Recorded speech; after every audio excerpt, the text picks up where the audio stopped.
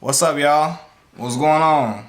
Um, the other day I was getting off work and I was coming home. I was on the red line. I take the red line home every day. Red line is a subway for those who don't know that don't live in Chicago or aren't familiar with Chicago. The L, the train. So it's law enforcement that's always there, which is necessary because there's been some wild things that have happened on the red line, in the train station, and tunnels. Crazy stuff going on. It has happened before. So law enforcement is something that's needed. But me and my girlfriend were having a serious discussion because it's crazy. Because if a crime were to happen or somebody in my family were to get violated or victimized by something, I'm the first person I'm gonna call the police. I definitely am. But I spoke with my lady and I was like, but crazy thing about it, even though I need, we need officers to serve and protect us and everything, and I'm definitely gonna call the police if something crazy happens to one of my family members or something like that. I have never felt comfortable around police officers like that. Like, when I was a kid, I was a small child. Yes, small child. But when I got to about 10 or 11, I never felt comfortable around police officers. And I'm really gonna talk about I guess stuff that where it stems from or kind of why that is, because I don't want to be like that. I really want to be more comfortable around law enforcement, or I don't want to be like that, or like I don't feel uneasy around them like that. I don't never want to be like that. You know what I mean? Especially because we live in a world where law enforcement is needed, for sure. But I just never felt comfortable around them since I probably was like 10 or 11. For one, I've seen him talk to my father like he was nothing, like he was like he was a child, like my age. And my father's a very, very grown man. A man that is a hard-working man, been hard-working all his life, been a law-abiding citizen, has never lived a criminal lifestyle ever in his life, right? But I've seen him in like traffic stops or somebody, he didn't stop at a stop sign or something, and they talking to him crazy, like, are you drunk? Are you drinking? My father is not a drinker, never been in his life. But the way that they talk to him harshly, and this ain't even just white police officers. Even black ones talking to him like he's a child, a kid. And I was sitting there appalled because I was so upset that, we got police officers talking to my father like he's not older than them. And I know my father was older than a lot of them in certain situations. And just trying to embarrass him, I felt like, in front of me. And I didn't feel that, right? And then I guess what adds to my uncomfortableness is that, you turn on the news and you see these interactions that a lot of them have with young men that look like me, from inner city communities like me, that maybe dress like me. And I see how some of those interactions end, especially the ones where the individual has no weapon, no gun, no illegal activity. He might reach into his pocket on their request, or something happens crazy and the individual ends up losing his life. Losing his life because a lot of times these police officers have never come from these environments. They've never really had confrontation, never even dealt with my people like that before, and aren't familiar with our people, and they already are timid or scared of how my people look because of the hairstyles and the clothing and stuff like that. And things go left, and an innocent man or unarmed man, black man, is killed. So that adds to my uncomfortableness. And I've always known that sometimes things can just go left with police. I just know, like, I've always known it can. A lot of people think it's just simple as just do what the officer says. And yeah, you can comply, but we've seen evidence of individuals complying where their life was still taken. When they complied and did everything the officer said, the officer just was so fearful. He thought that this individual just maybe looked like a threat, or they felt so threatened by the imagery of the man or the hair, the clothing, that things went left. But really, it's just those situations make me feel like uneasy. Like, I don't know, man. I just don't know. And I've had several interactions with police officers. Let me mind you, I've never lived a criminal lifestyle in my life. Nor should anybody, but I've never, let me tell y'all though. I've always been a guy that's been about my business. Yes, I like to have fun and, but I've never smoked a day in my life. And smoking doesn't make you a criminal. I'm just saying, I don't even partake in drug use at all. I've never even been suspended from school, so I've always just been about my business. But because of the community that I lived in, I've always had interactions with police officers. I remember one time I was coming home. This is my senior year in college, undergrad. I was coming home from the barbershop. Right, I'm on 104th place, right off 104th and Morgan in the Chi. My barbershop I go to on 102nd and Vincennes across the street from Julian High School. I'm walking home. I'm going back to school that same day on the Amtrak. Going back to Mississippi on Amtrak that same night. When I walk up, I see the police car. They're in like an unmarked car, the trucks they be in. I'm walking. I'm really just minding my business walking home. The police officer tell me to come here. The lady, she gets out. She asks me where I'm headed to. I'm like, I'm headed home. I live here. Where do you live? Here on this block. Oh, okay. Yeah. Do you mind if I check your pockets? I'm like, what? You have anything on you? You have anything you illegal on? No, I don't. No, I just went to get a haircut. I'm coming home. So they go in my pockets trying to see if I got anything. I don't do no drugs. I'm going back to college tonight.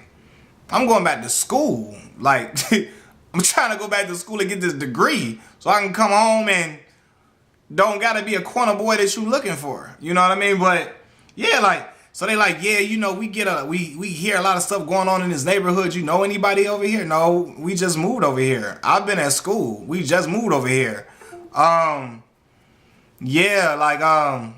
Okay. Yeah, you live over here. Basically made me repeat the address to see if I wasn't lying about living over there. Trying to make me repeat that. Just like I didn't do nothing but walk down the street. They didn't see me doing anything illegal. I wasn't running around acting wild or acting hastily. I was coming home from school. Coming home from the barbershop, and then while this stuff is going on, I'm telling y'all, my heart is beating out of my chest. I'm nervous. Even though I know I've done nothing wrong, I have nothing illegal on me, I have done nothing wrong, I was just like, oh my God, I don't know what's going to happen. This is the same day I go back home, go back to school. I don't want anything to happen to me. You know what I'm saying? Nobody's right here, nobody around me, my mama not around me. You know what I'm saying?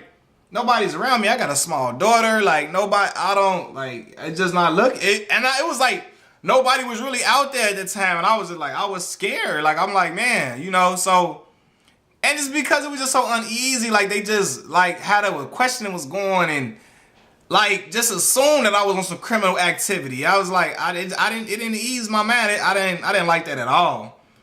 Another time was when I was in graduate school at Arkansas State, and so I'm living in the graduate apartments called The Village.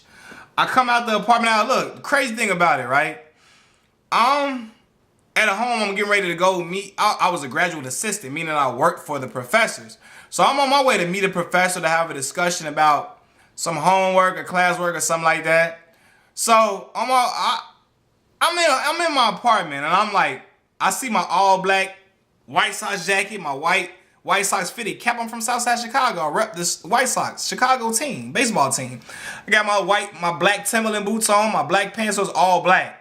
And I'm like, man, Malcolm, should I put some colors on? Because something in my mind told me, I don't know. I just know where I'm at. And I'm like, I know it ain't many of us out here. I'm from the Chi. I don't know. Maybe I should put on some colors that, not try to look like... Because sometimes people just automatically think all black, what you got on? Or think you want some other stuff. But I'm like, I like the White Sox. This is my Chicago White Sox hat in my jacket. Why can't I wear my White Sox stuff? Let me throw this on. I like wearing this fit. I like wearing my black Timberland boots to match and my black pants. This is what I like to wear. So I put it on. I go down the stairs. Police come past. She look in my direction. She keep going. As I'm getting ready to cut across the grass, something just tells me to turn around. I felt something behind me, like, you know, I had my headphones in, but I'm like, turn around. I turn around, the police officer that rolled past me, she behind me, she didn't call back up for me. Like, she got another police officer to do, but with her, behind her, like, I just did something crazy. So she says, yeah, they got the lights on, and I turn around and say, yeah, you know, what's going on? So she like, yeah, we got a report of a suspicious shorter black male in all black walking around twisting people's doorknobs. And I'm like, huh? Like, I just came out of my apartment. So she said, oh, do you live back here? I'm like, yeah. So she like, you got any ID on you? So I said, okay, can I go get it? Can I get it out of my pocket? So she said, yeah. So I give her my ID, my student ID, and I give her my state ID. So she sees Chicago, Illinois, and all of that. I give her my school ID. I said, I'm a student here. I'm on the way to go meet with I'm a graduate assistant. I'm on the way to meet with a professor. The police officer, other guy, white guy, he was cool. The lady, she was just new. Like, she just was determined to know I did something. I ain't supposed to be there. She calls the guys over the apartments, checking my name and see if I live back there. It's cold outside. I'm trying to put my hands in my pocket. And she like, you mind keeping your hands out your pocket for me? I'm, ma'am, it's cold. Like, I'm cold. Like, you know, y'all got me out here. I'm still being respectful because I know how to keep things, you know, toned down. I'm not a belligerent person.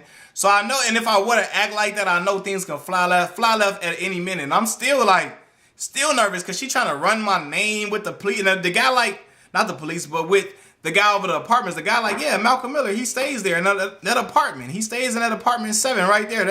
He lives here. She like, oh, okay. You know, just had to make sure. And I'm like, when she said she got a report of a shorter black man, I'm like, no, you didn't, ma'am. No, you didn't. You were riding around trying to find something to do. You seen me come down with this White Sox jacket on, White Sox hat on and stuff. You felt like, oh, this guy that looks a little urban to be back here.